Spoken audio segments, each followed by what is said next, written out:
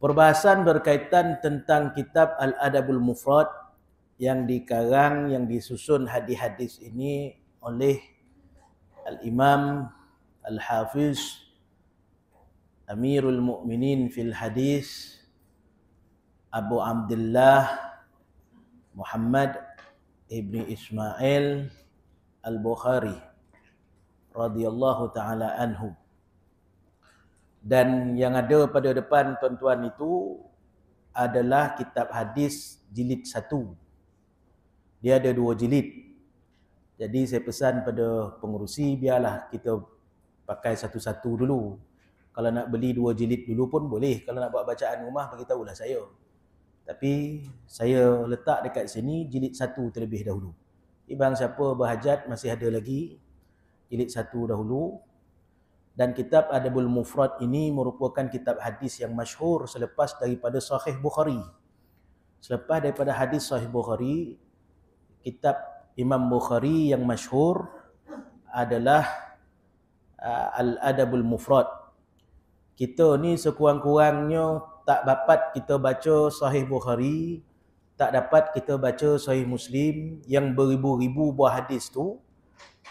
Sahih Bukhari ada 7,525 buah hadis. Banyak. Sahih Muslim pun macam tu. Sahih Imam Tirmizi, Imam Abi Daud, Imam Nasa'i, Ibnu Majah. Ni semua dekat 36-37 ribu hadis. Kan? Yang mungkinlah dari segi hukum akal, adatnya mungkin tak sampai dah. Kita nak mengaji, tapi sekurang-kurangnya ada satu kitab hadis yang dikarang oleh Imam Bukhari radhiyallahu taala anhu dapat kita belajar yang sesuai, yang merangkumi kehidupan harian kita selaku seorang muslim. Hadis Nabi SAW yang diriwayatkan oleh Amirul Mukminin fil Hadis. Digelarnya Amirul Mukminin maknanya penghulu bagi ulama-ulama hadis. Dia ada seorang penghulu bagi seluruh ulama hadis ni, namanya Al-Imam Bukhari radhiyallahu taala anhu. Kitab rujukan selepas Al-Quran adalah Sahih Bukhari. Kitab rujukan selepas Al-Quran adalah Sahih Bukhari. Yang dikarang, yang diriwayatkan oleh Al-Imam Muhammad ibni Ismail Al-Bukhari radhiyallahu taala anhu. Kan? Karena itu kitab ini sebenarnya fresh lagi, baru siap diterjemah pada bulan Maulid yang lepas. Kan? Fresh lagi sebenarnya. Kan? Kalau tengok cetakan pertama Ogos 2024. Mana ni surau pertama saya mengajar kitab hadis Adabul Mufrad. Kan? Kitab hadis Adabul Mufrad. Yang pertama saya bukakan di sini yang siap diterjemahkan oleh kumpulan penyelidik Safa yang diketuai oleh Datuk Haji Muhammad bin Kamaluddin, yang merupakan orang yang banyak berjasa dalam ilmu lah. Kan? Orang tanya kenapa beliau tak mengajar, kerana beliau sibuk dalam menterjemah dan mengarang kitab, menerbitkan kitab pagi, petang, siang, malam. Kan? Tak tidur-tidur, tak berehat. Asyik dengan untuk menyebarkan dakwah melalui kitab-kitab tulisan-tulisan beliau. Dan ini adalah kitab terjemahan yang telah siap hakikatnya. Kan? Kalau kita tengok tebal ni tuan-tuan, kan? Ada 2 jilid. Jilid yang kedua tebal lebih kurang macam ni juga. Azamlah mudah-mudahan dapat kita khatamkan insya-Allah. Dan kerana kita mulakan daripada kulit yang awal dan kita akan habiskan pada kulit yang terakhir. Dalam kitab hadis kita mulakanlah pengajian ini dengan bacaan hadis terlebih dahulu. Kerana hadis ini merupakan kalam Nabi sallallahu alaihi wasallam. May yurid an yatakallama an-nabi sallallahu alaihi wasallam fa yaqra'ul hadis. Siapa yang nak bercakap dengan Nabi SAW, siapa nak berkata-kata dengan Rasulullah SAW, maka bacalah hadis Rasulullah SAW. Nabi dengar. Kita baca hadis Nabi ni, Nabi dengar. Bahkan Nabi mendoakan kita daripada alam. Tuan-tuan. Kan? Nabi mendoakan kita. Nabi riang kita membaca kalam-kalam dia. Kan? Yang menjadi bayan lil Quran, penjelasan bagi Al-Quran. Kan? Jadi kita mulalah dulu dengan mukaddimah muka surat 15 terlebih dahulu. Kan? Bismillahirrahmanirrahim. Alhamdulillahi kama yanbaghi li wajhillah. Kita mula dengan hadis ya, Adabul Mufrad muka surat 15. Alhamdulillahi kama yanbaghi li jalali wajhillah wa 'azamati dzatillah. Hamdan daiman yadumu bidawamillah. Wassalatu wassalamu ala Rasulillah Sayyidina Muhammad ibn Abdullah wa ala alihi wa mawalah fi kulli lamhatin wa nafasin adada ma wasi'ahu ilmullah. Amma ba'd. Setinggi-tinggi puji dan syukur dirafakkan ke hadrah Tuhan yang hanya baginya segala pujian. Kenapa kita kena baca mukaddimah? Sebab mukaddimah bagi suatu kitab itu abstrak, pengenalan umum. Karena itu Al-Quran pun mempunyai mukaddimah dia. Kan? Al-Quran ada Al-Fatihah, adanya 5 ayat pertama surah Baqarah. Mukaddimah abstrak bagi Al-Quran itu terletak pada 5 ayat pertama dalam surah Baqarah. Itu mukaddimah. Kita kena nak baca kitab, baca mukaddimah dulu. Kan? Setinggi-tinggi puji dan syukur dirafakkan ke hadrah Tuhan yang hanya baginya segala pujian dan kesyukuran atas limpahan inayah dan riayahnya yang berpanjangan hingga terhasilnya penerbitan berharga bagi terjemahan sebuah karya unggul, iaitu kitab Al-Adabul Mufrad, himpunan Al-Imam Al-Hafiz Amirul Mukminin fil Hadis Muhammad ibn Ismail Al-Bukhari radhiyallahu ta'ala anhu. Al-Adabul Mufrad merupakan sebuah karya penting yang menjadi lambang keprihatinan Imam Bukhari radhiyallahu taala anhu terhadap adab dan akhlak Rasulullah sallallahu alaihi wasallam.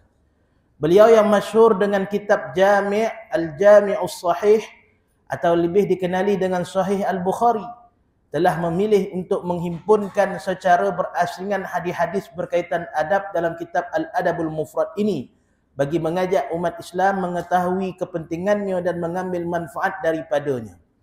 Meskipun hadis-hadis yang terkandung dalam kitab yang mulia ini bukanlah keseluruhannya berstatus sahih, namun tiada masalah untuk dijadikan panduan dan amalan kerana ia masih lagi berada dalam kategori-kategori hadis maqbulah. Hadis-hadis maqbulah, hadis-hadis yang diterima. Tuan-tuan mengaji dalam hadis ni, tuan-tuan akan jumpa beberapa istilah-istilah hadis. Automatik kita mengaji ilmu ulumul hadis, ilmu berkaitan tentang hadis. Tuan-tuan akan jumpa istilah-istilah hadis dalam ni, dan kita akan syarahkan sedikit demi sedikit. Kan? Kalau mengaji hadis akan jumpa istilah hadis. Tuan-tuan lepas ni ngaji fiqh, tuan-tuan akan jumpa istilah-istilah fiqh pula. Yang istilah dia mungkin sama, tapi makna yang berbeza mengikut kepada bidang ilmu. Sahih dalam kitab Bukhari tak sama makna sahih dalam kitab fiqh. Sahih dalam hadis tak sama maksud sahih dalam kitab fiqh. Lain makna dia. Itu nama mengaji. Kan? Kau nak tahu. Kan? Jadi kalau tuan-tuan semua mengaji dalam kitab hadis, jumpa istilah-istilah seperti hadis maqbulah. Hadis maqbulah ni maksudnya apa? Hadis-hadis yang diterima. Hadis-hadis yang diterima untuk dibawa hujah oleh para ulama, sama ada hujah membawa kepada hukum atau sebagainya dan sebagainya. Kan? Faham tuan ya?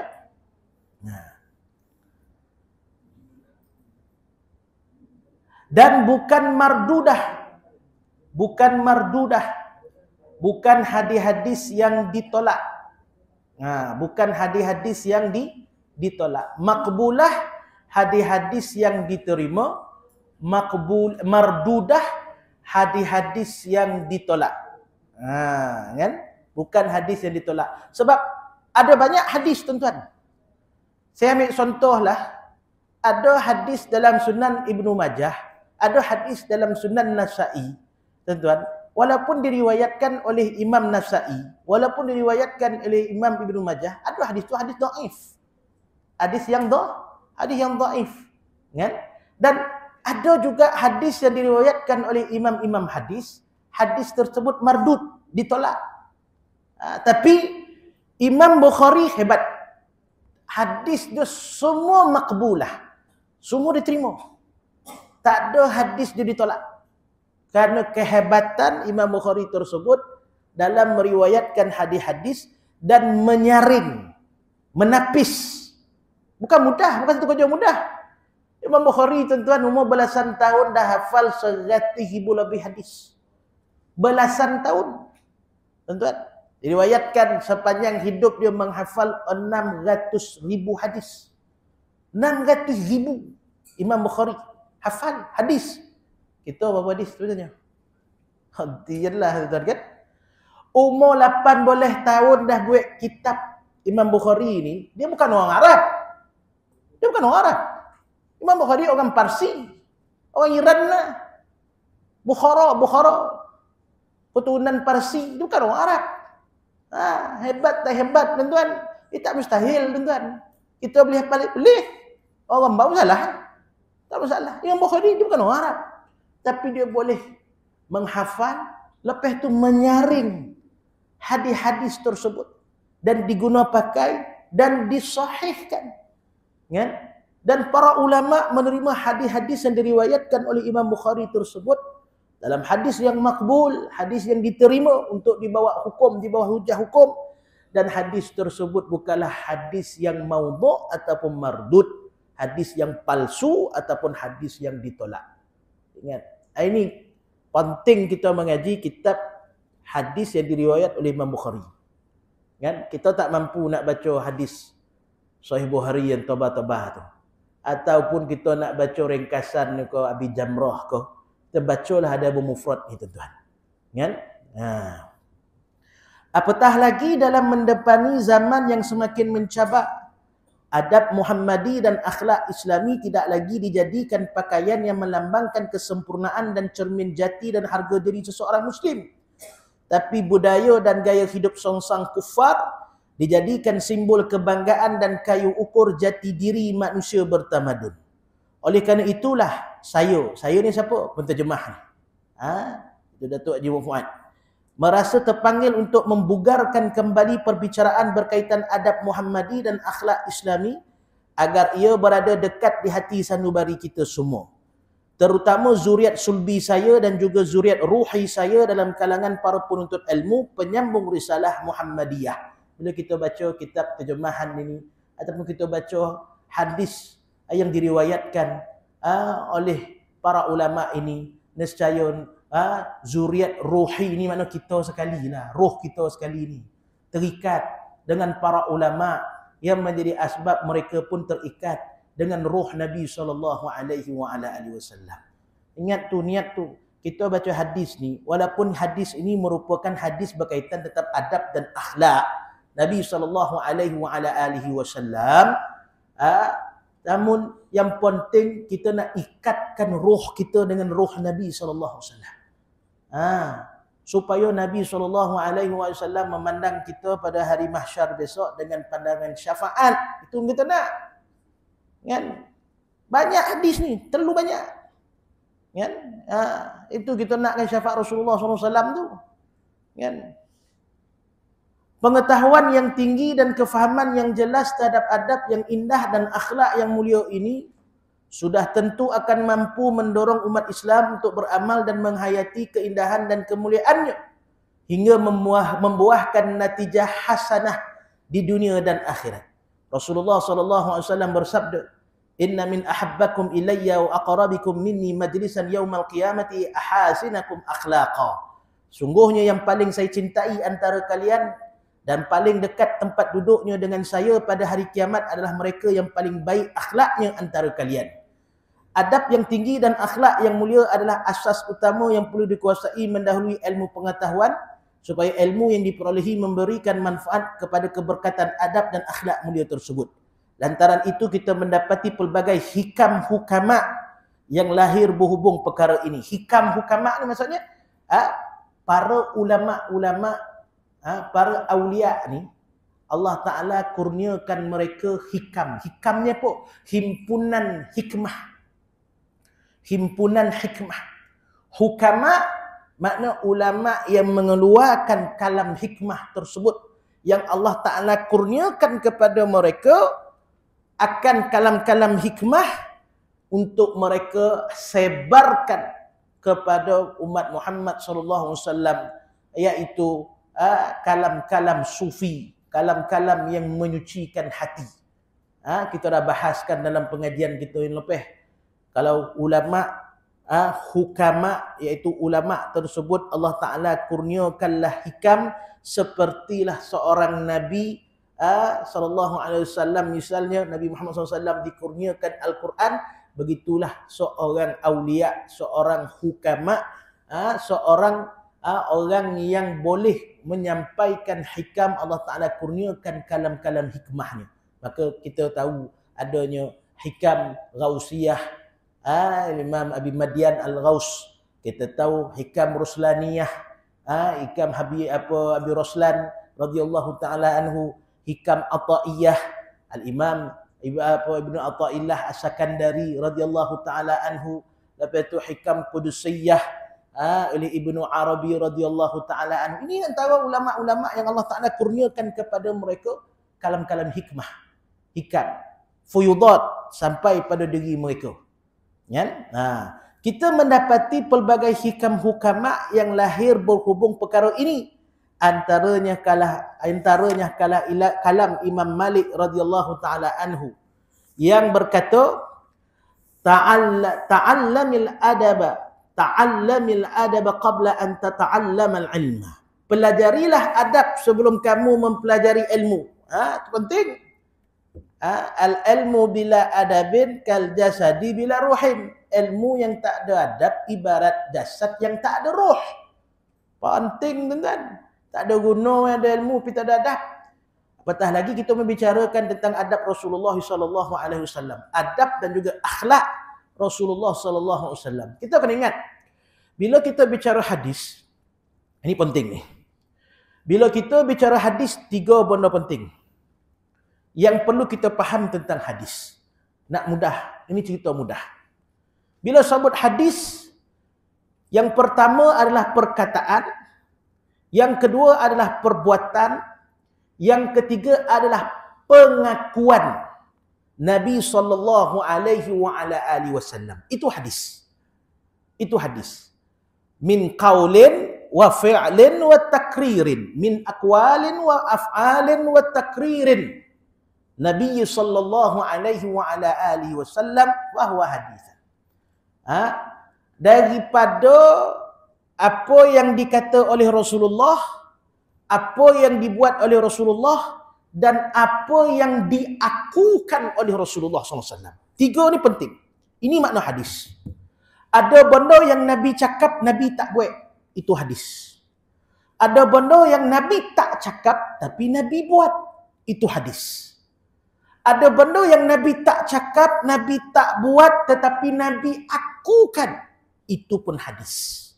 Dalam bab adab, dalam bab akhlak, lebih kepada perbuatan Nabi sallallahu alaihi wasallam. Lebih kepada perbuatan Rasulullah sallallahu alaihi wasallam. Jadi, walaupun Nabi tak cakap, Nabi buat. Itu hadis. Bila sebut hadis, maka dia hukum, dia syariat. Automatik dia menjadi syariat.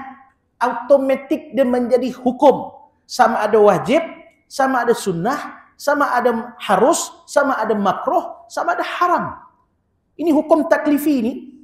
5 hukum taklifi ini bersandarkan kepada Al-Quran dan hadis Nabi SAW. Bila sebut hadis, 3 tadi. Jangan terlepas pandang. Kan? Oh, apa ni Nabi tak sebut kot? Betul Nabi tak sebut, tapi Nabi buat. Bila sebut Nabi buat, sama ada Sayyidina Aisyah ceritakan, sama ada sahabat Nabi Abu Bakar As-Siddiq, Sayyidina Abu Bakar As-Siddiq ceritakan, Sayyidina Umar, Sayyidina Osman, Sayyidina Ali, Abi Hurairah, Abdullah bin Mas'ud, berapa ribu orang sahabat Nabi sallallahu alaihi wasallam yang menceritakan tentang perbuatan Nabi. Itu hadis tak? Hadis. Walaupun Nabi tak buat. Walaupun Nabi tak cakap.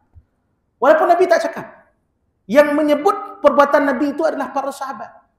Meriwayatkan tentang perbuatan Nabi. Maka automatik dia menjadi hukum. Automatik dia menjadi syariat. Ini kita kena faham. Okey? Kita kena faham. Kita kena jelas. Dan yang ketiga, perkara yang diakukan oleh Rasulullah SAW. Ataupun disebut dalam bahasa Arab, takrir. Takrir. Benda yang Nabi tak buat, benda yang Nabi tak sebut, tetapi Nabi akukan. Bila sahabat Nabi SAW, Khalid Al-Walid radhiyallahu ta'ala anhu, bertanya pada Rasulullah SAW tentang seekor binatang biawak padang pasir untuk dimakan, boleh ke tidak? Nabi tak berkata apa.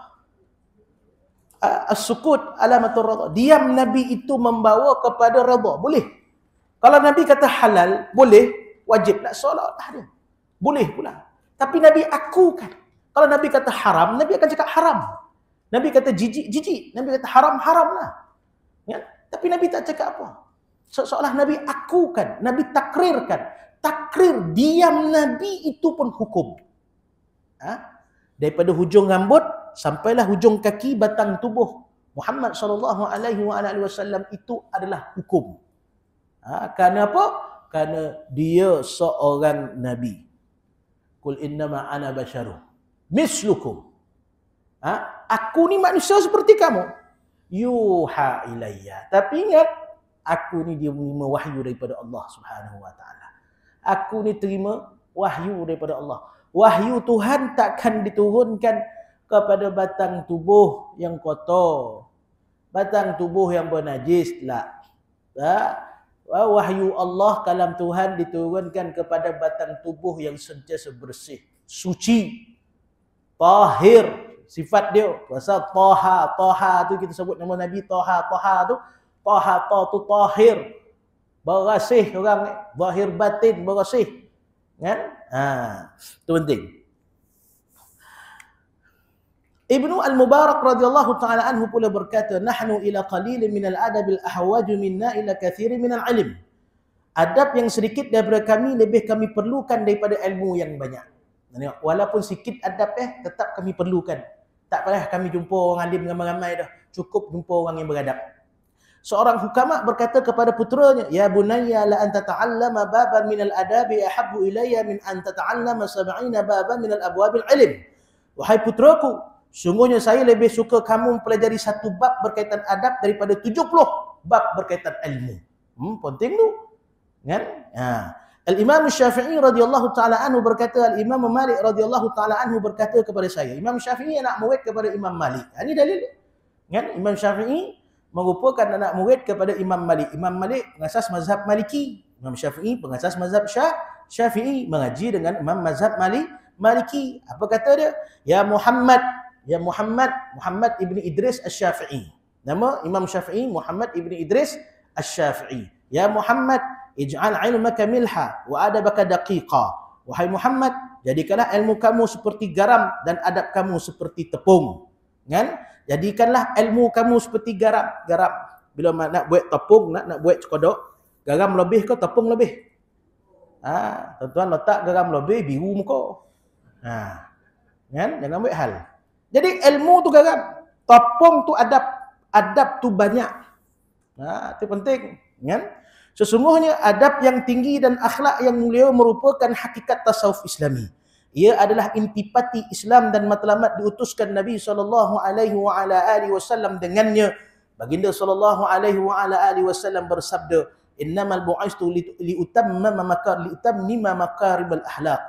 Hanyalah saya diutuskan untuk menyempurnakan akhlak yang mulia. Tujuan Nabi SAW dikurniakan kepada kita, nak pastikan kita akhlak mulia. Sebab apa? Zaman jahiliyah, kalau tuan-tuan baca balik apa yang berlaku zaman jahiliyah, setorok-torok kan? Teruk sangat. Kan? Kehidupan mereka penuh dengan kehinaan. Kan? Paling teruk, ke bumi anak hidup-hidup. Ke bumi anak perempuan hidup-hidup. Tuan-tuan, minum arak, zina, wanita dipandang ghanah, dipandang hina. Tuan-tuan, tipu menipu, sihir menyihir, tahyul, macam-macam lagi. Kan? Tilik menilik antara satu sama lain. Kan? Binatang dijadikan mangsa tilikan dan sebagainya. Cukup jahil zaman tersebut. Maka benda ni semua dihilangkan oleh Rasulullah SAW dengan adab Rasulullah SAW. Nabi sebelum dapat gelaran Muhammad SAW, sebelum dapat gelaran Nabi lah, Nabi SAW mendapat gelaran Al-Amin. Sebelum Nabi diangkat menjadi Nabi, ada gelaran Nabi namanya Al-Amin. Satu gelaran yang menjadi rujukan utama penduduk Quraisy untuk mendapatkan hukum hakam keadilan qada daripada Rasulullah SAW. Orang yang dipercayai, orang yang dapat memberi amanah, orang yang dapat menyampaikan amanah. Kalau tak Nabi takkan letak dah Hajarul Aswad tu daripada bergaduh-bergaduhnya kabilah-kabilah Quraisy pada ketika itu, Nabi dipilih untuk meletakkan Hajarul Aswad.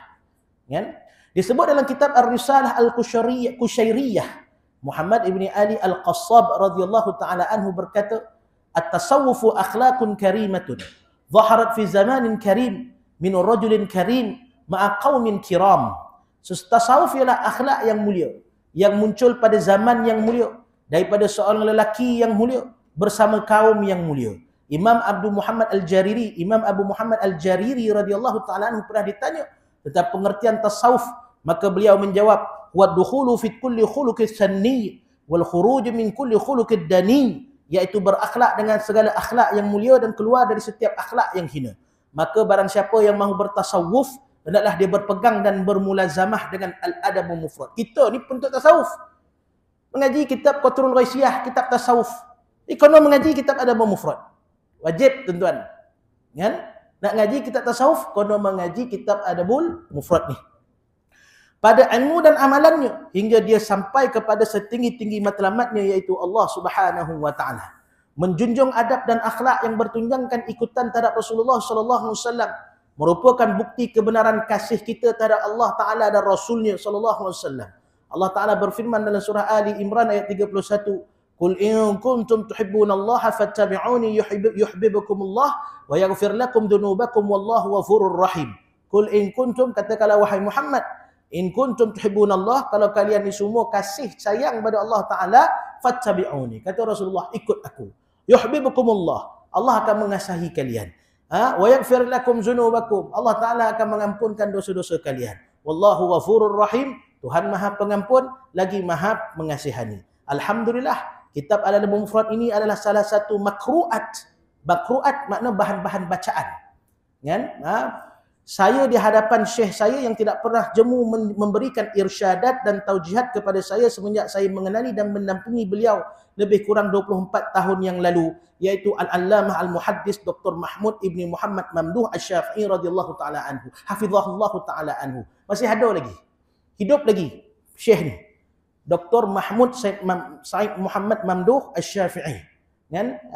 Syekh Mahmud Said Mamduh, guru kami di Mesir, ulama hadis tuan-tuan. Kan? Kalau baca kitab hadis tu, dia tak payah tengok hadis, dia dah hafal. Dia boleh betulkan kita. Salah hadis tu, salah tu.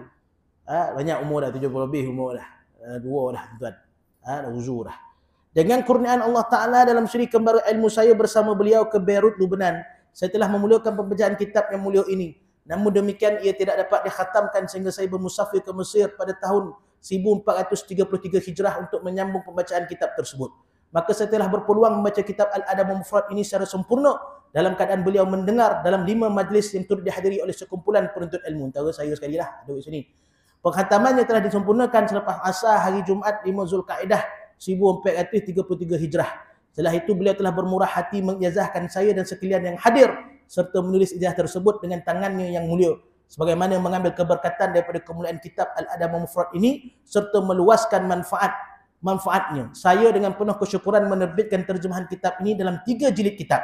Semoga penghasilan karya istimewa ini menjadi hadiah ghaliyah bagi ummah Muhammadiyah sempena sambutan Hari Keputeraan Qudwah dan Uswah Ummah Islamiyah, pemilik maqam Mahmud dan Haud Maurud, pemegang liwa Al-Hamdi dan pensyafa'an ummah dengan syafa'atul uzma pada hari kiamat, Nabi Muhammad Al-Mustafa sallallahu alaihi wa alihi wasallam pada 12 Rabiul Awal 1446 Hijrah ini. Baru ni, dengan perasaan kagum dan teruja dengan kandungan kitab yang syarat dengan adab tinggi dan akhlak murni ini, maka saya mengajak diri saya untuk berenang dalam lautan kitab Al-Adabul Mufrad ini dengan menghayati isi kandungannya serta mengamalkan dalam kehidupan seharian bagi menghidupkan sunnah Muhammadiyah.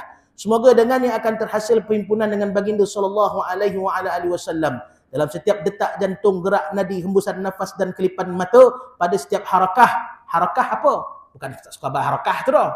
Harakah makna pergerakan-pergerakan kita.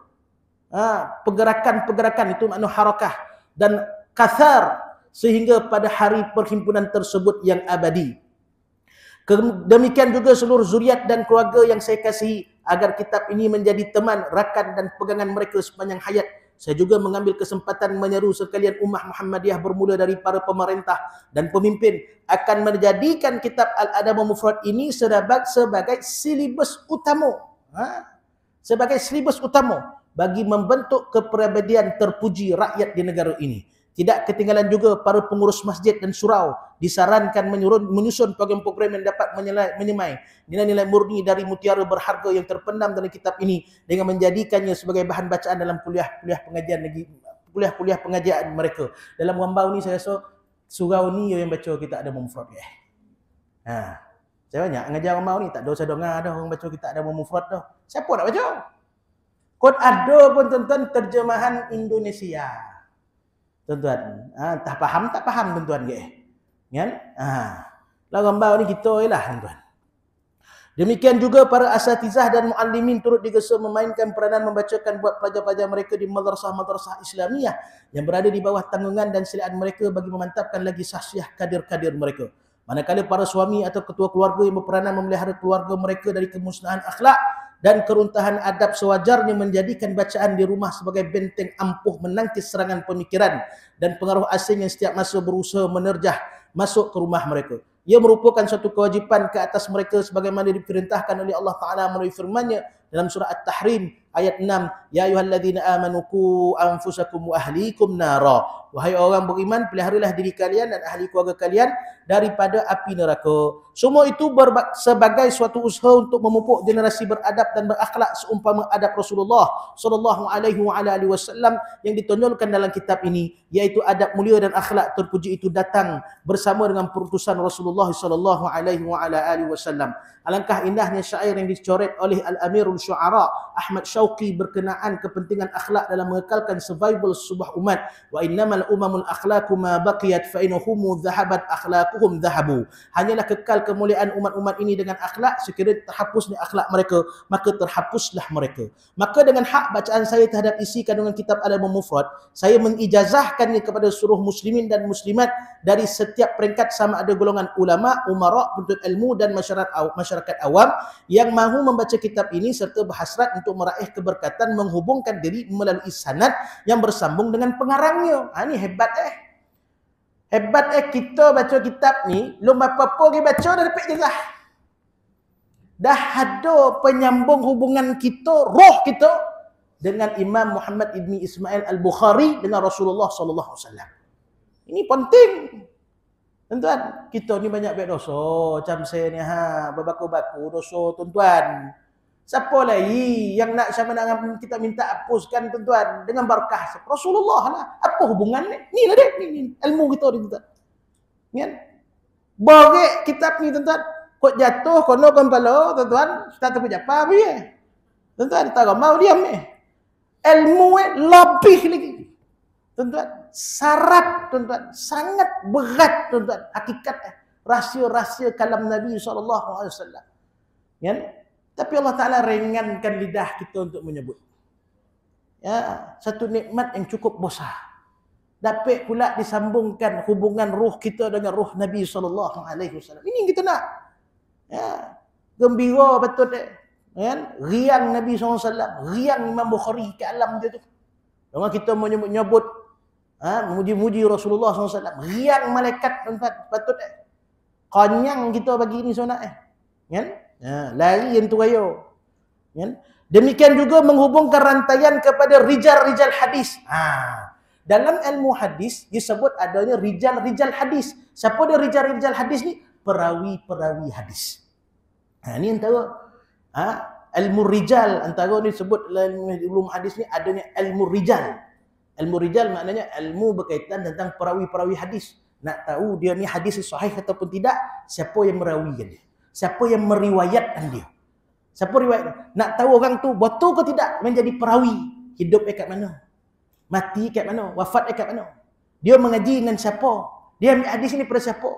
Kita tak nak besok kita tengok sandaran nama perawi ni ada, rupa perawi ni Disebutnya diambil daripada perawi yang A, tapi perawi A ni dah meninggal sebelum perawi B ni lahir. Itu yang hadis tu kadang-kadang terputus sandaran dia. Tu penting. Syekh Mahmud Syekh Mamduh, orang yang mahir dalam ilmu rijal. Dia boleh tahu, kita dengan Rasulullah misalnya ada 35 generasi, 35 nama, 35 perawi kita dengan Nabi SAW misalnya, maka dia akan tahu setiap seorang. Mesti tahu. Ini orang yang asyik dengan ilmu hadis. Istilah-istilah hadis ni penting, tuan. Kan? Itu rijal-rijal hadis. Kan? Demikian juga menghubungkan rantaian roh kita tadi kepada rijal-rijal hadis. Makna kita ni, hubungan kita ada hubungan dengan ulama-ulama hadis. Panjang nama-nama hadis tuan. Syekh Zakaria Al-Ansari tuan-tuan, Imam Syafi'i tuan-tuan, Imam Ghazali, ini semua. Semua ni tuan. Kan? Imam Bukhari ni zaman dia zaman selepas mazhab yang empek. Dia bukan di zaman sebelum mazhab yang empek. Dia ni sampai berjumpa dengan Imam Ahmad bin Hanbal radhiyallahu taala anhu. Nak murid kepada Imam Syafi'i radhiyallahu taala anhu. Kan? Dia Imam Bukhari dan juga ke bawah, zaman muhaddis ini ialah zaman selepas daripada mazhab yang empek. Jadi kita kena faham. Kalau ada labai yang katakan Imam Bukhari jumpa Imam Syafi'i, tak betul tu dah. Kan? Itu kena mahir tu. Kan? Itu semua tu. Ya. Imam Bukhari ni dia mahir dalam hadis sebab apa? Dia mahir dalam bab sirah. Umur 18 tahun dah buat kitab namanya At-Tarikhul Kabir, berkaitan tentang sirah-sirah para sahabat Nabi SAW. Sahabat ni kat mana, pergi apa orang, meninggal kat mana, anak apa orang, semua cerita ni dah. Kan? Imam Bukhari ni umur 18 tahun buat kitab tu. Tuan-tuan, kita 18 tahun panjat kat rambutan lagi. Bodoh Kan? Imam Bukhari dah tulis kitab Tarikh Kabir, siap dah. Kitab tu Mekah. Tuan-tuan, kat Mekah Nah. Dalam kitab ini terutamanya penulis Al-Imam Al-Hafiz Muhammad ibn Ismail Al-Bukhari radhiyallahu taala anhu sehingga kepada Nabi SAW. Ampun dan maaf atas segala kekurangan dan kesilapan terdapat dalam terjemahan kitab yang mulia ini. Meskipun persembahannya tidak menjanjikan kesempurnaan, namun tidak sedikit pun mengurangkan harapan setinggi langit agar usaha yang hanya sekelumit dan diharapkan ditunjangi keikhlasannya ini dapat menjadi suluhan adab yang akan menggamit hub cinta, hubbun cinta, syauq perasaan kita, syauq kan, dan asyik keasyikan kita kepada Nabi Syafi' Nabi Muhammad sallallahu alaihi wasallam, dan mengundang qabul daripada Al-Muhyi wal Mumit azza wa jalla, Allah azza wa jalla. Semoga ia juga menjadi jambatan dan sebab terhubungnya seluruh yang terlibat dalam menghasilkannya, yang membacanya dan yang memilikinya dengan pemilik adabul ali dan khuluqul azim Rasulul A'zam sallallahu alaihi wasallam, dan seterusnya pada Rabbur Rasulul A'zam azza wa jalla. Sungguhnya dialah yang telah mendidik kekasihnya sallallahu alaihi wasallam dengan adab yang mulia dan akhlak yang agung, dan merakapkan kemuliaan adab baginda sallallahu alaihi wasallam melalui firman-Nya yang terkandung dalam suratul Qalam ayat 4, wa innaka la'ala khuluqin azim. Sesungguhnya engkau wahai Muhammad berada di atas akhlak yang sangat agung. Wa sallallahu ala sayyidina maulana Muhammad wa ala alihi wasallam fi kulli lamhatin wa nafasin adada ma wasi'ahu ilmullah. Muhammad Fuad bin Kamaluddin, pengurus Sekolah Islam As-Safa, kan, 23 Safar 1446 Hijrah, 28 Ogos 2024 Masihi. Selepas itu biografi ringkas pengarang Al-Imam Amirul Mukminin fil Hadis Muhammad ibn Ismail Al-Bukhari radhiyallahu taala anhu. Apa ni biografi ni, tuan-tuan bacalah kat rumah, kerja rumah tuan-tuan saya bagi tuan-tuan. Tu kerja sekolah tuan-tuan, kerja rumah. Imam Bukhari ni tuan-tuan tengok sikit nama dia. Nama lengkapnya Muhammad ibni Ismail ibni Ibrahim ibni Al-Mughirah ibni Bardizbah Al-Bukhari Al-Ju'fi radhiyallahu taala anhu. Bardizbah ni dia ni pengikut agama Majusi. Bardizbah ni monyang ni. Bardizbah ni. Tengok nama tu. Muhammad bin Ismail bin Ibrahim bin Mughirah ibni Bardizbah tu namanya pelik. Bardizbah namanya. Sebab apa? Orang Parsi yang beragama Majusi. Majusi sembah api ni. Kan?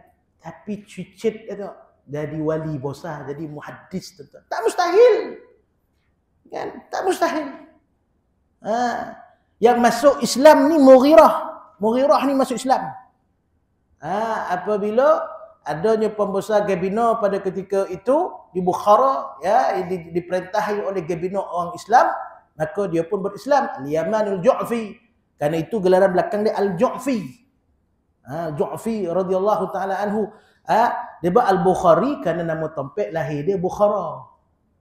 Bukhara. Dekat Uzbekistan senun.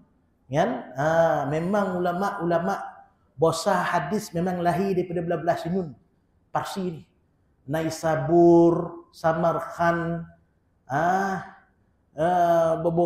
Bukhara ni, Naisabur ni, Imam Muslim Sahih Muslim tu, Naisabur ni mana? Iran lah, Iran. Ya, memang kabilah Parsi memang hebat. Cokadik. Jangan cokadik. Yang masuk Islam tu Mughirah, Al-Mughirah. Dia ni masuk Islam. Apabila zaman pemerintahan Gabino pada ketika itu, Gabino orang Islam yang pegang. Ayah dia Ismail. Ismail ni pun ulama besar. Ulama hadis. Muhammad bin Ismail. Kalau dalam kitab Bukhari, nama pengarang Muhammad bin Ismail. Kalau Tirmizi, Muhammad bin Isa At-Tirmizi. Kalau Imam Syafi'i, Muhammad ibni Idris Asy-Syafi'i. Tak payah warna nyebut nama ulama-ulama ni dah. Kan? Imam Ghazali, Muhammad ibni Muhammad ibni Ahmad At-Tusi Al-Ghazali. Pun tak payah ya. Semua macam tu ya. Kan? Faham tuan ya? Jadi Bardizbah ni merupakan pengikut Majusi. Ayah dia Muhammad ibni Ismail. Ismail ni pun ulama besar. Asalnya Imam Bukhari ni, dia ni kecil-kecil lahir buta.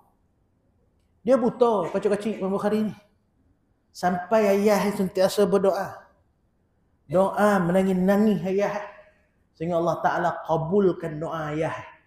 Sampai keluar dalam mimpi, beritahu bahawa anak kau ni akan disembuhkan oleh Allah Subhanahu Wa Ta'ala.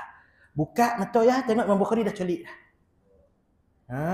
Wali ayah tuan-tuan, Imam Bukhari celik dah. Tapi ayah meninggal awal. Ayah ulama besar meninggal awal. Jadi kan itulah mak dia mendidik Imam Bukhari ni dalam keadaan penuh didikan tarbiyah Muhammadiyah. Tarbiyah dengan hadis, sebab ayah itu ulama hadis. Ayah dia merupakan ulama hadis, dan mak dia bawa dia ke Mekah. Dan dia pula waktu belasan tahun bawa sampai ke Mekah. Mak dah balik lah mak. Dia nak duduk sini, nak jumpa dengan orang-orang yang boleh meriwayatkan hadis. Nak ambil hadis. Sehingga dia merantau. Banyak. Merantaulah ke Mesir ke apa semua. Pergi Baghdad. Sampai jumpa dengan Imam Ahmad ibn Hanbal radhiyallahu ta'ala anhu. Tuan-tuan. Kan? Dan dia meriwayatkan banyak hadis. Kerana Imam Ahmad bin Hanbal kita tahu. Dia pun ulama hadis. Adanya musnad Imam Ahmad bin Hanbal. Ahmad bin Hanbal. Musnad dia. Kan? Tak ada panjang mana tuan, lebih kurang dalam 2 meter panjang tuan. Musnad hadis-hadis yang diriwayatkan oleh Imam Ahmad Ibn Hanbal radhiyallahu taala anhu. Tuan-tuan, semua dalam kepala Imam Muhammad Ibn Ismail Al-Bukhari. Wafat Imam Bukhari ni kena fitnah. Hati-hati. Yang memfitnah Imam Bukhari ni ketika dia balik kampung di Bukhara. Dia di Bukhara, yang memfitnah Imam Bukhari ni ulama-ulama situ juga. Ulama-ulama situ juga yang memfitnah dia. Yang memburuk-burukkan. Jealous dengan keilmuan dia. Cemburu dengan nama dia yang semakin masyhur pada ketika itu. Yang menjadi asbab Gabinor di Bukhara membuang Imam Bukhari ini. Karena itu maqam dia di Samarkand. Kan? Di Uzbekistan. Kan? Dia lari keluar, dia dibuang, dikeluar di Samarkand, dan dimakamkan di Samarkand, tuan-tuan. Memang macam tu hujung hidup ulama-ulama itu ni, yang ikhlas ni. Imam Sayuti pun macam tu ya. Imam Jaluddin Sayuti hujung macam tu, tuan-tuan. Kan? Difitnah. Kan? Difitnah hujungnya dia duduk, dia tak keluar mengajar, dia ambil balik fatwa-fatwa dia, duduk tuan-tuan, buat kitab, kata dia ni lah. Dia sebar dah tulislah kitab pejuah. Dia tak ada masuk masjid kita. Macam itulah Imam Bukhari ujungnya. Kan? Hati-hati tuan-tuan. Kalau baca sejarah Imam Bukhari ni tuan-tuan, kan? Merupakan sejarah yang sirah yang penuh dengan jihad lah. Kan? Penuh dengan perjuangan lah. Banyaklah pandangan-pandangan yang tuan-tuan boleh baca dekat dalam ni tuan-tuan. Kan? Imam Bukhari ni hadis sahih saja dia saring kat 100,000 hadis. 100,000 hadis. Ulama menyebut dia menghafal 600,000 hadis. Ya Allah tuan-tuan, macam mana tuan-tuan dengan hafal hadis tu kan? Dia bukan hafal hadis semata. Perawi-perawi yang meriwayatkan hadis tu. Perawi-perawi yang meriwayatkan hadis tu. Kan? Dia turut hafal tuan-tuan. Cukuplah setakat tu tuan-tuan. Kita berhenti kita ada mufrad ni, nanti kita sambung pada hadis Imam Bukhari ni. Tuan-tuan boleh rujuk berdasarkan biografi para masyayikh dia tuan-tuan. Kan? Banyak panjang tuan. Tuan boleh baca ni. Kan? Berkaitan tentang kealiman dia ni kehidupan dia macam mana, pandai memanah. Tuan-tuan, hebat Imam Bukhari ni. Kan? Kehebatan dia dalam memikirkan tentang hadis-hadis yang cacat. Kan? Yang ada illah dia. Kan?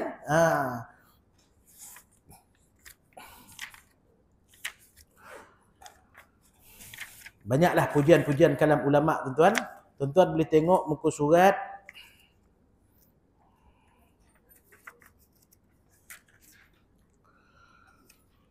muka surat 153. 153. Ambillah barakah baca satu hadis dulu. Bismillahirrahmanirrahim. Surat 153 tuan-tuan ya. Hadis yang pertama.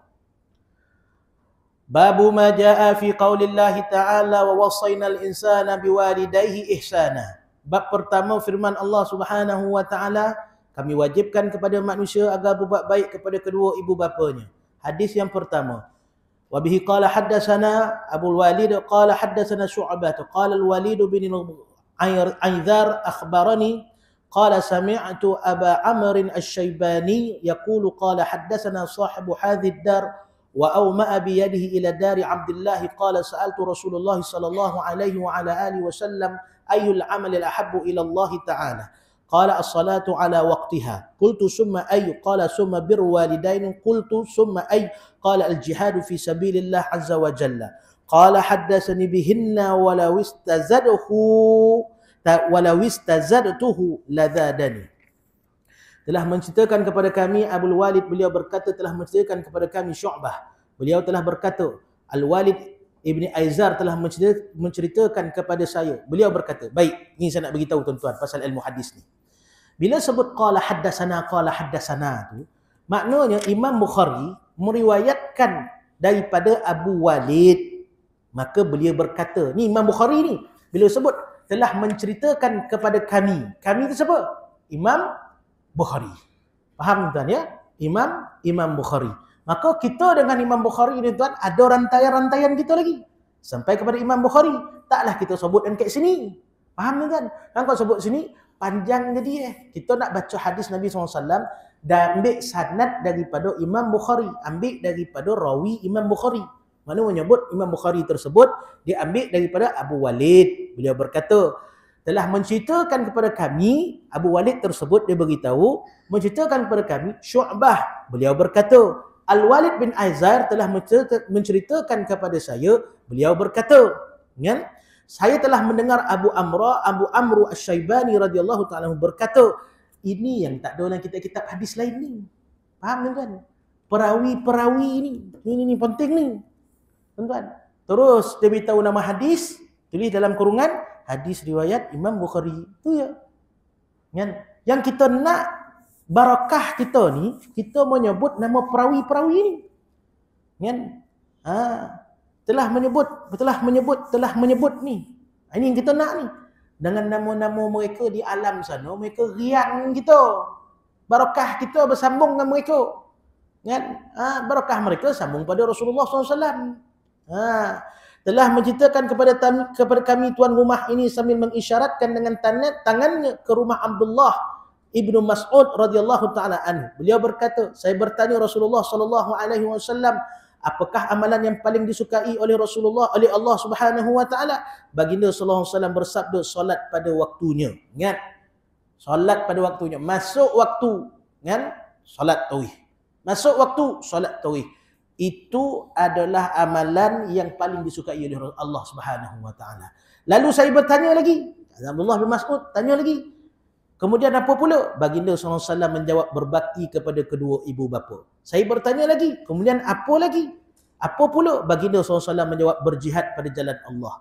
Beliau Abdullah bin Mas'ud berkata, Nabi SAW menyebutkan semua perkara itu kepada saya. Jika saya meminta baginda SAW menambahkannya lagi perkara yang disukai oleh Allah Ta'ala, pasti baginda SAW akan menambahnya kepada saya. Kan? Kata Abdullah bin Ibni Mas'ud radhiyallahu taala anhu. Wa sallallahu ala sayyidina maulana Muhammad wa ala alihi wa sahbihi wa baraka wa sallam. Hadis pertama selesai kita baca, tuan-tuan. Kita masuk pada kitab fiqh, Fiqhul Manhaji di mazhabil Imam Syafi'i radhiyallahu taala anhu. Kitab fiqh ni, tuan-tuan, Fiqhul Manhaji ni, dia kitab fiqh mu'asarah.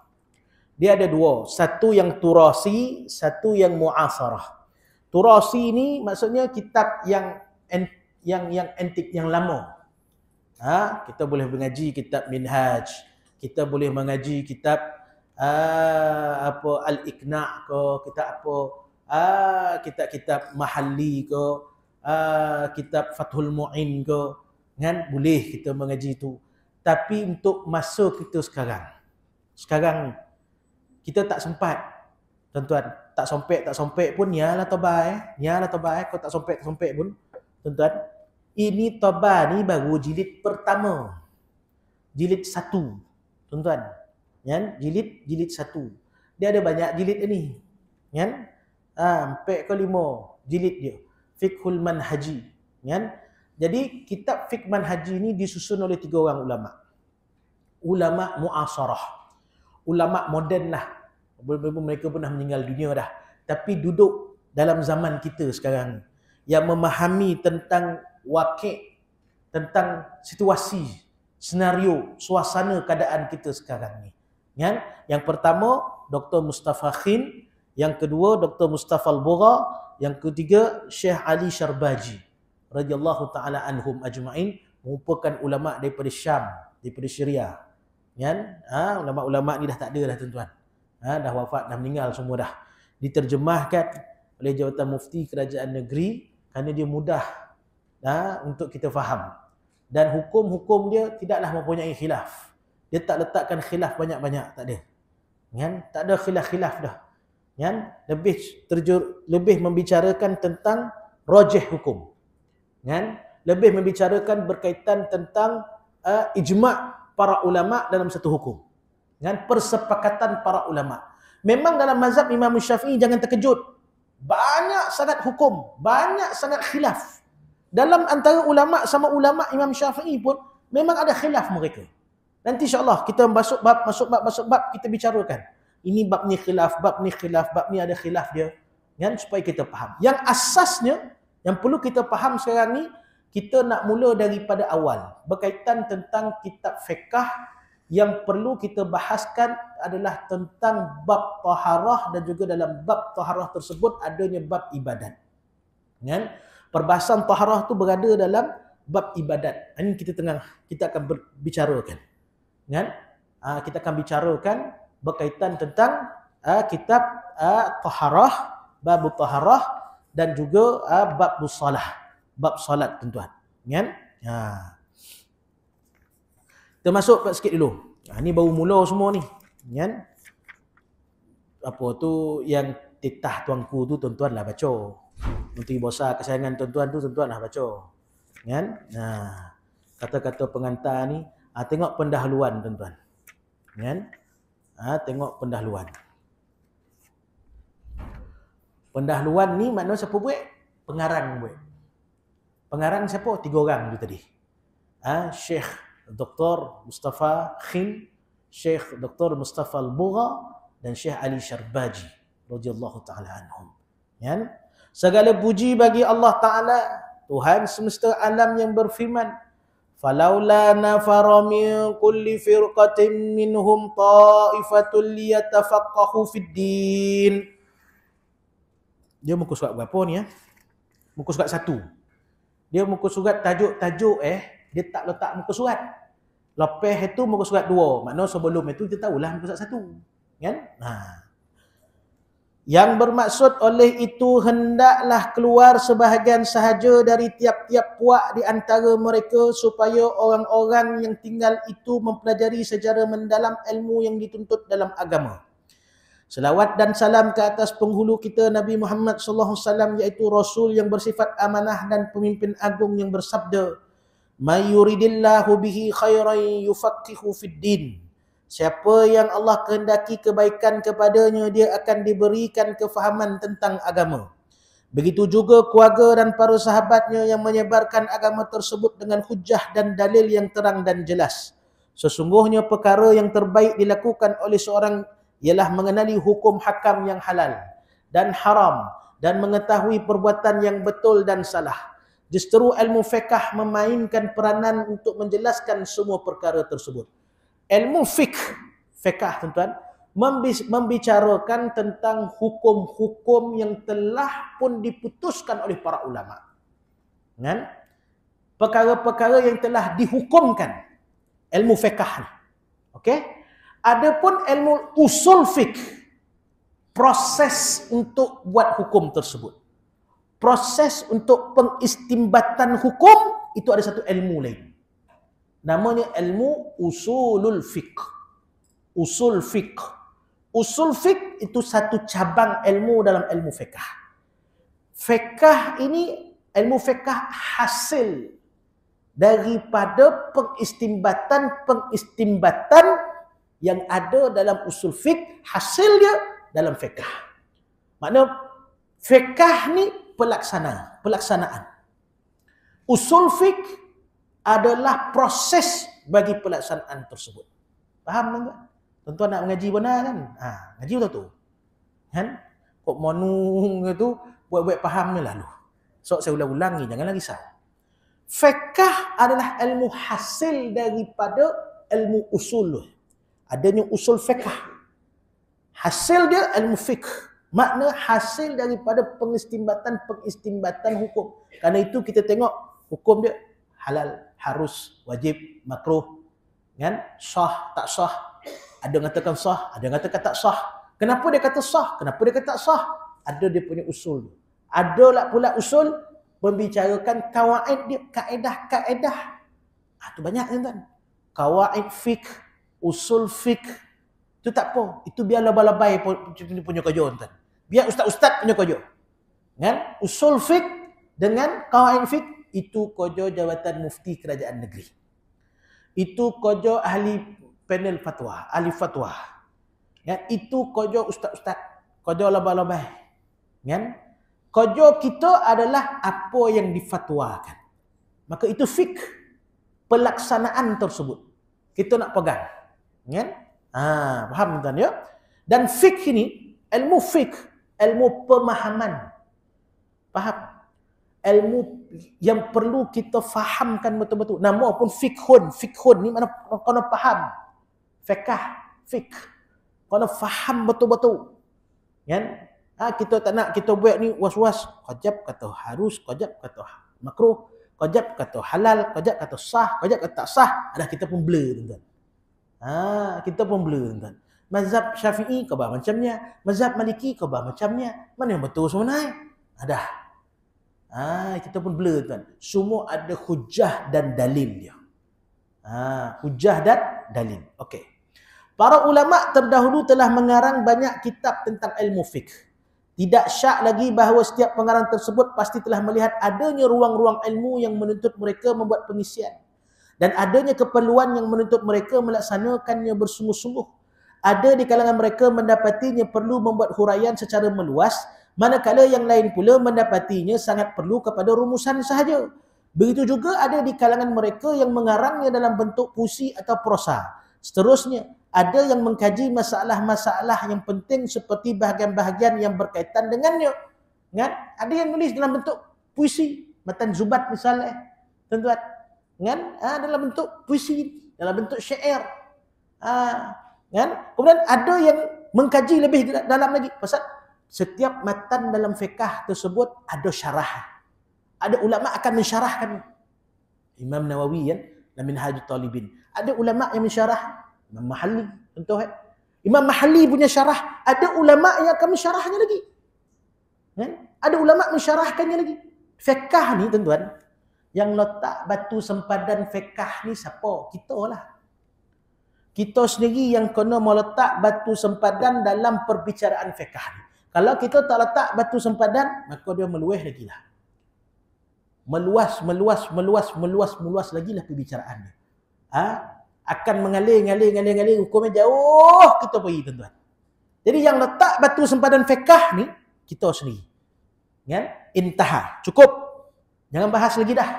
Karena itu dalam ulama, dalam kitab-kitab ulama, kalau tuan-tuan baca dalam kitab ulama, dia akan tulis intaha. Intaha ni dah cukup, jangan bahas lagi dah. Jangan jangan tak payah ada dalil lagi dah. Cukup dalil yang ada ni dah. Cukup. Faham tuan ya? Seterusnya ada yang mengkaji masalah-masalah yang penting serta bahagian-bahagian yang berkaitan dengannya. Di samping itu ada juga pengarang yang membataskan kerja-kerjanya kepada masalah-masalah yang penting saja tanpa mengemukakan bahagian-bahagian tersebut. Mereka mengarang kitab masing-masing dengan tujuan mengisi kekosongan yang perlu dipenuhi dan mengatasi kekurangan dalam perpustakaan Islam. Moga Allah Ta'ala meredai kerja-kerja yang mereka lakukan dan mencatatkannya sebagai sedekah jariah dan ilmu yang bermanfaat yang tidak habis-habis pahalanya sehingga hari kiamat. Oleh yang demikian kami melihat keperluan kepada suatu penulisan tentang fiqh yang membicarakan masalah-masalah yang penting beserta dalil Al-Quran dan Sunnah. Dia syok sikit kitab fiqh ni, kitab fiqh manhaji ni, setiap hukum ditulis bagi dalil. Quran ataupun hadis. Kadang-kadang kalau ada dua Quran dan hadis, dua-dua sekali dia sebut supaya kita jelas. Ada kitab fiqh yang dia bagi hukum saja semata. Dia bagi hukum semata-mata. Kan? Dan keterangan-keterangan tentang hikmah pensyariatan yang terjangkau oleh pemikiran kami dalam bahasa yang mudah, di samping memperbanyak tajuk yang menjelaskan beberapa permasalahan lagi. Ini mudah. Dia keluarkan tajuk, keluarkan hukum, terus kepada dalil Quran dan hadis Nabi SAW. Walaupun menyedari bahawa kami belum lagi setaraf dengan para fuqaha yang terdahulu, namun kami berasa berkewajipan melakukan tanggungjawab tersebut. Justeru kami memohon pertolongan Allah Ta'ala untuk menunaikan tanggungjawab ini sedaya upaya kami. Biarlah mereka yang berkelayakan melengkapkan yang kurang, memperbaiki yang tidak tepat dan membetulkan yang salah. Ini kerana walaupun telah mencurahkan segala daya usaha, kami tidaklah mendakwa, malah tidak akan mendakwa telah mencapai matlamat. Ini tawaduk ulama' lah ni, 3 orang ulama' ni. Di sini kami mengemukakan hasil yang pertama daripada penulisan tersebut yang mengandungi tajuk bersuci dan solat yang wajib diketahui oleh setiap Muslim. Kami menamakan buku ini dengan nama Fiqh Manhaji berdasarkan mazhab Imam Syafi'i. Harapan kami kepada mereka yang inginkan yang terbaik agar menunjukkan kami perkara yang terlepas daripada matlamat yang kami tuju dan bukan menjatuhkan kami serta mencari salah semata-mata. Ya Allah, tuluskanlah niat dan amalan kami, taufikkanlah kami dengan sesuatu yang Engkau sukai dan radai, manfaatilah umat Islam dengan amalan yang kami lakukan ini dan tunjukkanlah kami ke jalan yang betul. Amin ya Rabb. Pengenalan ilmu fiqh dan sumber istilahnya. Ini kita nak masuk ni tuan. Yang kita bahaskan tadi, hadis dia ada makna dia tadi, 3 tadi, makna perkataan, perbuatan, takrir, itu hadis. Perkataan, perbuatan, takrir Nabi SAW, itu hadis. Dan kita jumpalah tadi beberapa permulaan-permulaan istilah-istilah hadis. Dan hari ini kita masuk pada perbahasan fiqh, kita akan jumpa tentang makna fiqh, kita akan jumpa tentang sumber serta istilah-istilah fiqh, kita akan bahaskan tentang perkara. Faham tuan ya? Pengertian fiqh. Fiqh mempunyai 2 pengertian. Pertama pada bahasa dan kedua pada istilah. Baik. Dalam perbahasan ilmu fiqh, tak kiralah dalam apa-apa tajuk. Contohnya tajuk taharah, tajuk solat, tajuk zakat, tajuk puasa, tajuk haji, tajuk umrah, tajuk apa adha, tak kiralah apa-apa tajuk dalam perbahasan ilmu fiqh, dia akan mengeluarkan dua makna. Dia akan mengeluarkan dua makna. Makna dari segi bahasa dan makna dari segi istilah. Bila maksud makna dari segi bahasa tersebut adalah terjemahan bahasa tersebut, terjemahan kosakata yang digunakan dalam sesuatu hukum tersebut, dalam tajuk tersebut. Contoh, kalau kita katakan fiqh, apakah maksud fiqh dari segi bahasa? Bukannya bahasa Arab ke bahasa Melayu, lah, tidak. Kan? Dia bahasa Arab kepada bahasa Arab. Kan? Ini dia hebat dia bahasa Arab. Semua diterjemahkan. Contoh solat. Apa maksud solat? Solat apa dia? Dari segi bahasa, doa. Dari segi bahasa, solat itu adalah doa. Dari segi istilah, baru makna syarak.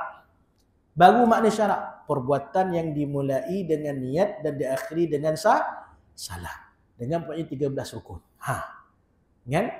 Dan perbuatan-perbuatan yang tertentu. Baik. Contoh, apa maksud asyam, puasa? Siam. Asyam dalam bahasa Arab, siam.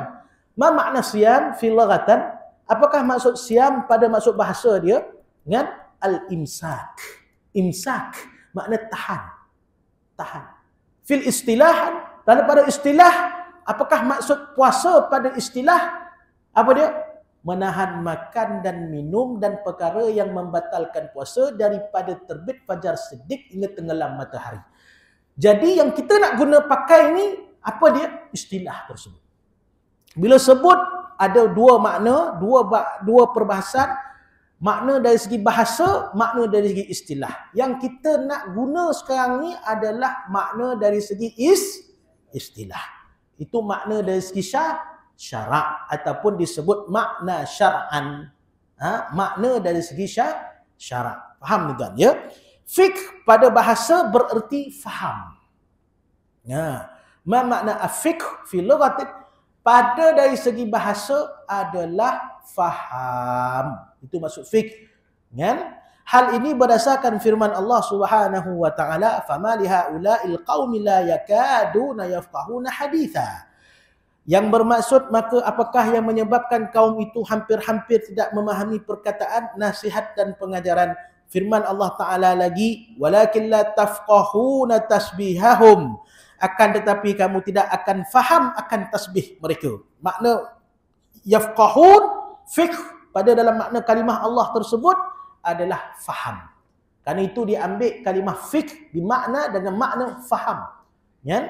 Begitu juga hadis Nabi SAW, qala Rasulullah SAW. Ini tak bicara hukum, ini baru mukaddimah ya. Baru permulaan. Jangan doreh benar, sabar dulu. Ini mulut tang bawah ni.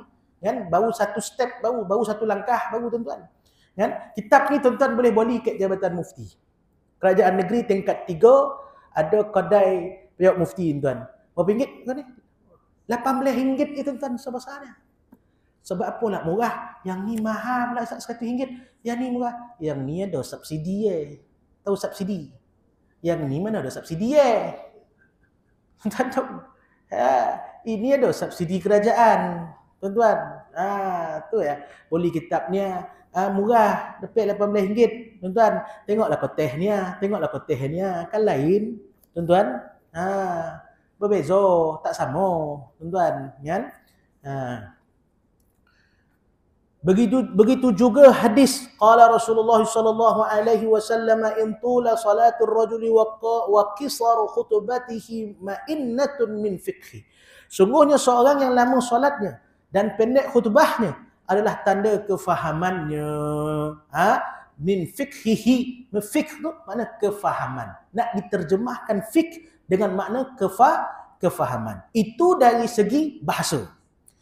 Pengertian fiqh pada istilah pula. Ini yang kita nak faham. Ini yang kita nak amalkan. Ini kita nak pegang ni. Ini yang important, important ni lah dia. Faham tuan? Mengetahui hukum hakam syarak yang berkaitan dengan segala perbuatan dan perkataan mukallaf. Mukallaf ni siapa? Kita lah. Kan? Islam. Tuan-tuan, mukallaf ni. Kan? baligh kita, lepas tu sampai dakwah Rasulullah sallallahu alaihi wasallam kepada kita. Kan mukallaf. Ni mukallaf, orang yang dipertanggungjawabkan, itu maksud mukallaf. Mukallaf makna orang yang menerima tanggungjawab ataupun orang yang dipertanggungjawabkan dengan hukum taklif. Hukum taklif. Hukum kepertanggungjawaban itu namanya hukum taklif. Diberi kepada mukallaf oleh mukallif. Mukallif siapa? Allah Ta'ala. Dengan hukum taklif. Hukum taklif apa dia? 5. Ada 5 hukum taklif yang ada pada mukallaf. Nama 5 ni hukum taklif nama. Apa dia? Yang kita tahu selama ni. Wajib, haram, wajib, sunnah, harus, makruh, haram. 5 tuan-tuan. Wajib, sunnah, harus, makruh, haram. 5 hukum taklif ni yang dia ada dalam kitab fiqh ni tuan-tuan. Nama hukum taklif. Nama hukum taklif. Ada 5 wajib, sunnah, harus, makruh, haram. Hukum taklif diberikan kepada mukallaf. Kita tanggung tuan-tuan. 3 kita tanggung sampailah kita meninggal dunia besok. Bila mati kita, maka terangkatlah. Hilang akal kita, maka terangkatlah. Karena itu disebut mukallaf, pertama mesti Islam, mesti ada akal, tuan-tuan, mesti ada akal sampai dakwah Rasulullah sallallahu alaihi wasallam, tuan-tuan. Kan? Mesti bila sebut ada akal, makna dia jadi mukallaf lah. Orang gila kau suruh semayang, dia bukannya mukallaf. Ada akal tak orang gila? Kalau gila tak berakal. Jadi dia mukallaf tak? Jangan ajak dia pergi semayang. Dia gila. Tuan-tuan, nak tahu orang tu gila ataupun tidak, nasi basi dengan nasi elok si lemak tadi dengan nasi lemak 2 hari lepas. Kok kita makan nasi lemak 2 hari lepas, tuan-tuan, sehat walafiat lagi, samalah makan kita orang gila, tuan. Kita pernah tengok tak orang gila, tuan-tuan, masuk hospital, tunggu cepat. Sebab apa? Sakit perut, cek berat. Tak ada. Dia makan sampah, kau makan apa. Tak ada, tuan-tuan. Mandi, tak mandi, kita tak mandi 1 hari, tuan-tuan, dah basau badan. Tahu basau tak? Dah basau badan. Tanda kita sehat. Jadi jangan nak jadi orang gila. Orang gila, tuan-tuan, dia bukan mukallaf. Kalaulah orang mukallaf tak buat benda-benda taklif yang 5 ni, semayang tak buat, samalah kau orang gila. Makna macam tu. Faham, tuan-tuan? Orang mukallaf tak poso, samalah macam orang gila, tuan-tuan. Orang gila tak wajib poso dah. Sebab apa? Dia gila. Dia mana tahu waktu semayang ke apa dah, Allah Ta'ala dah cabut akal. Syarat dia menjadi mukallaf tu dah tak ada. Orang berakal. Tuan-tuan. Kan? Itu kita bahaskan satu-satu, tuan-tuan. Berdasarkan kepada dalil-dalil yang terperinci, iaitu nas Al-Quran, As-Sunnah, Ijma' dan Ijtihad yang diambil daripada kedua-duanya. Ini sumber ilmu fiqh kita dalam mazhab Syafi'i. Kan? Dan juga mazhab-mazhab yang lain menerima 4 sumber. Yang pertama Al-Quran. Yang kedua As-Sunnah, hadis.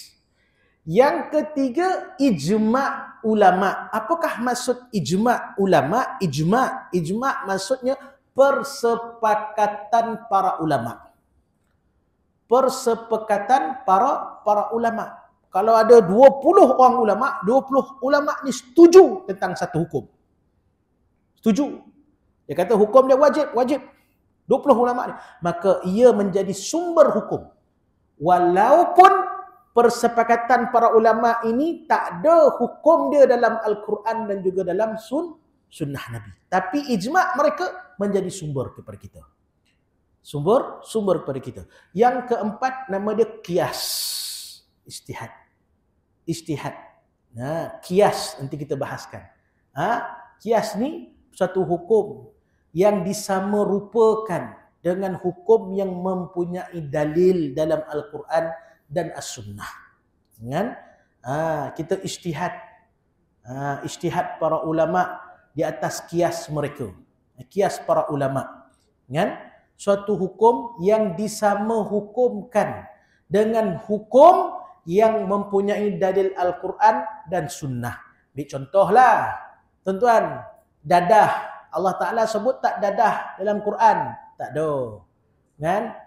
Tapi kita sama hukumkan penyalahgunaan dadah tersebut dengan sesuatu hukum yang ada dalam Al-Quran. Wala tulku biaidikum ila tahlukah. Jangan kamu letakkan diri kamu ke dalam kebinasaan. Apa-apa yang mendatangkan kemudaratan, hukum dia adalah haram. Kan? Dadah, kalau guna dadah, kan, untuk ubek, tak ada masalah. Boleh. Kan? Tak ada masalah. Morfin ke apa ke untuk dadah, untuk ubek, untuk sakit. Ada haram ke? La. Jangan sebut dadah tu haram. Yang haram tu penyalahgunaan dadah. Tuan-tuan, penyalahgunaan dadah. Tuan-tuan nak minum kotum, minumlah kok sehat rasa badan. Kan? Kok rasa nak minum kotum tu tuan-tuan, bolehlah tuan-tuan sehat. Tapi masalah minum kotum, minum banyak-banyak, ujungnya muntah hijau, biru muka tuan-tuan. Kemudaratan, itu yang haram tu penyalahgunaan air kotum. Faham tuan? Kan? Sampai itu jadi kalau faham tu selesailah. Kan? Sebagaimana diketahui bahawa niat ketika berwuduk adalah wajib berdasarkan hadis qaulu sallallahu alaihi wasallam innamal a'malu binniyat, yang bermaksud sabda Rasulullah SAW, sesungguhnya setiap amalan adalah dengan niat. Kan? Niat tu wajib hukumnya. Kan? Sebab apa niat itu wajib? Sebab apa Nabi sebut innamal a'malu binniyat, maka niat itu menjadi wajib. Kan? Karena itu dalam perbahasan mazhab-mazhab, ada mazhab yang qada, kono niat, ada mazhab qada, tak ada niat pun tak apa. Kan? Tak apa, nanti kita bahaskan. Berniat pada waktu malam adalah syarat sah puasa. Hal ini berdasarkan hadis qauluhu sallallahu alaihi wasallam man lam yubayyit as-siyam qabla al-fajr fala siyamalah. Siapa yang tidak berniat untuk berpuasa sebelum fajar terbit puasanya tidak dikira. Begitu juga solat witir adalah sunat berdasarkan hadis seorang Badawi yang bertanya Rasulullah SAW tentang solat fardu. Kemudian katanya, adakah solat yang lain lagi diwajibkan atasku? Baginda SAW menjawab, tidak, kecuali kamu melakukan solat sunat. Seterusnya, solat sunat selepas solat asar adalah makruh. Berdasarkan Rasulullah SAW telah menegah melakukannya selepas solat asar hingga matahari terbenam. Contoh yang lain lagi ialah menyapu sebahagian kepala ketika berwuduk adalah wajib. Hal ini berdasarkan firman Allah Ta'ala, wamsahu biru'usikum, yang bermaksud dan sapulah sebahagian kepala kamu. Kesimpulannya, mengetahui kesemua hukum syarak yang tersebut dinamakan fiqh dari segi istilah. Faham tuan? Makna apa jua perkara tuan-tuan yang disebut dalam Al-Quran, sebut dalam hadis, sebut dalam ijma', sebut dalam qiyas ataupun ijtihad, itu dengan makna apa? Fiqh. Dengan hukum yang disebutkan tersebut. Tadi, wamsahu biru'usikum, maka hendaklah kamu menyapu kepala kamu, sebahagian kepala kamu. Kan? Perintah Tuhan suruh menyapu kepala, maka menyapu kepala adalah wajib. Faham tuan ya? Adalah wajib. Okey. Bila sebut wajib, makna hukum atas mukallaf.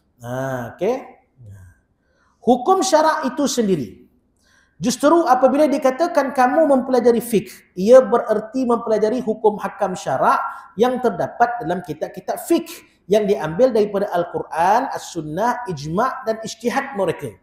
Contohnya hukum hakam wuduk, solat, jual beli, perkahwinan dan penyusuan, perang, jihad dan lain-lain. Kesemua hukum syarak ini juga dinamakan fiqh dari segi istilah. Perbezaan antara dua istilah tersebut ialah istilah pertama digunakan pada mengetahui hukum-hukum dan istilah kedua digunakan pada hukum syarak itu sendiri. Istilah pertama kan digunakan pada mengetahui hukum-hukum. Istilah yang kedua digunakan pada hukum syarak itu sendiri. Istilah fiqh itu yang pertama tadi kan 1.21 tadi iaitu mengetahui hukum-hukum syarak. Istilah yang kedua hukum syarak itu sendiri. Kita nak tahu wajib itu apa dia? Kita nak tahu makruh itu apa dia? Kita nak tahu sunat itu apa dia? Kita nak tahu haram itu apa dia? Kita nak tahu harus itu apa dia? Nak tahu hukum itu sendiri. Dalam hukum tersebut yang terikat kepada mana-mana perbuatan yang dihukumkan. Contoh tadi tak? Kita menyapu kepala tadi, menyapu kepala hukum dah adalah wajib. Kan? Wajib menyapu kepala dalam keadaan dalam berwuduk. Kan? Wajib menyapu kepala. Bagaimana hukum wajib menyapu kepala diwajibkan kerana adanya dalil perintah Allah Subhanahu wa taala. Sumbernya ada qat'i. Farsilu wujuhakum wa aydiyakum wamsahu wa aydiyakum ilal marafiq wamsahu bi ru'usikum. Kan? Wa arjulakum ilal ka'bain. Allah Taala sebut dalam Quran dah rukun-rukun wudu, anggota-anggota wudu, maka ia menjadi wajib. Faham tuan-tuan? Kau tak faham, kau baik faham dulu. Ni baru mula dulu. Kan? Baru mula, baru panas enjin. Lu masuk gear lagi. Kan? Ni nama orang mengaji. Kan? Kita ni kelas sampai pukul apa sebenarnya ni? Wah, siap topik dah habis dah ustaz. Dah habis dah sini 4 minit ni. Kan? 4 minit ni.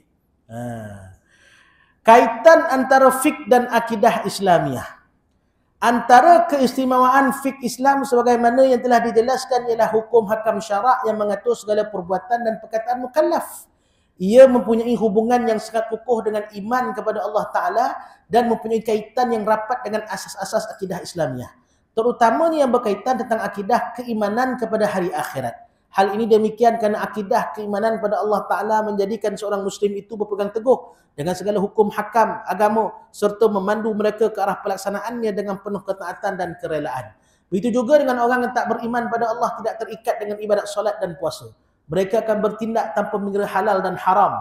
Justru beriltizam dengan segala hukum hakam syarak merupakan satu cabang daripada beriman pada Allah Ta'ala yang menurunkan syariat kepada hamba-hambanya. Kita sembahyang sebab apa? Kita puasa sebab apa? Sebab beriman dengan Allah Subhanahu wa taala. Contoh-contoh dalam Al-Quran yang menjelaskan hubungan antara fiqh dengan iman amat banyak. Memadailah disebut sebahagian daripadanya untuk mengetahui sejauh mana kaitan antara hukum hakam dengan iman dan antara syariat dengan akidah. Allah 2.1. Allah Ta'ala memerintah orang yang beriman supaya bersuci dan menjadikannya sebahagian daripada tuntutan iman kepadanya. Firman Allah Ta'ala, Ya ayuhalladzina amanu idza kuntum ila salati faghsilu wujuhakum wa aydiyakum ilal marafiq. Wahai orang beriman, apabila kamu hendak mengerjakan salat padahal kamu berhadas kecil, maka berwuduklah, iaitu basuhlah muka kamu dan kedua belah tangan kamu meliputi ke siku. 2.2. Allah Ta'ala menyebut tentang salat dan zakat seiring beriman dengan hari kiamat. Firman Allah Ta'ala, Alladzina yuqimuna salata wa yu'tuna zakah wa hum bil akhirati hum yuqinun. Iaitu orang-orang yang mendirikan salat, menunaikan zakat dan mereka yang yakin beriman dengan hari akhirat. Yang ketiga, Allah Ta'ala memfardukan puasa yang membawa seorang kepada bertakwa dan menghubungkannya dengan iman. Ini semua kaitan-kaitan fiqh dengan ilmu akidah. Kaitan-kaitan ilmu fiqh dengan ilmu ma'rifat. Ini dia kaitan dia. Ayat Quran bila sebut kaitan dengan perkara apa syariat, mesti Allah Ta'ala letak ilmu ma'rifat sebelah. Kan? Kaitan antara perbuatan dan juga perbuatan zahir dan juga perbuatan batin gitu. Allah Ta'ala sebut dalam Quran. Ya ayyuhalladzina amanu kutiba alaikumusiyam kama kutiba alal ladzina min qablikum la'allakum tattaqun. Wahai orang yang beriman, kamu diwajibkan berpuasa sebagaimana diwajibkan kata orang-orang yang dahulu daripada kamu. Apa dia? La'allakum tattaqun. Supaya kamu menjadi orang yang bertakwa. Semuanya melibatkan kepada iman kita dengan Allah Subhanahu wa taala. Nanti kita sambunglah tuan-tuan. Yang keempat, yang kelima, yang keenam. Ini lebih kepada perbahasan hikmah untuk pemahaman kita tuan-tuan. Kan? Sebelum kita masuk kepada bab taharah yang panjang lebar nanti tuan-tuan dan sumber-sumber, yang ini kita kena mengaji dulu. Muqaddimah ilmu fiqh ni kena mengaji. Sebab kalau tak kan tak faham. Kan? Kalau tak faham. Kan? Faham tuan ya? Banyak ni. Tuan nak ngaji, ngajilah tu. Wassallallahu ala sayyidina maulana Muhammad wa ala alihi wa sahbihi wa baraka wa sallam. Bismillahirrahmanirrahim. Alhamdulillahirabbil alamin. Salatu wassalamu ala asyrafil anbiya'il mursalin wa ala alihi wa sahbihi ajma'in. Allahumma faqihna fid din wa alimna ta'wil. Allahumma ja'alna minal ulama'il 'amilin. Allahumma ja'alna minal mutajalisina fika waj'alna minal mutabina fika waj'alna minal mutabazirina fika. Innaka 'ala kulli syai'in qadir wa bil ijabati jadir. Ni'mal maula wa ni'man nasir. Sallallahu ala sayyidina maulana Muhammad wa alihi wasallam. Subhana rabbika rabbil izzati amma yasifun. Salamun mursalin walhamdulillahi rabbil alamin. Kita ni kuliah duha kita ni kan, dua kitab ni kita pakai.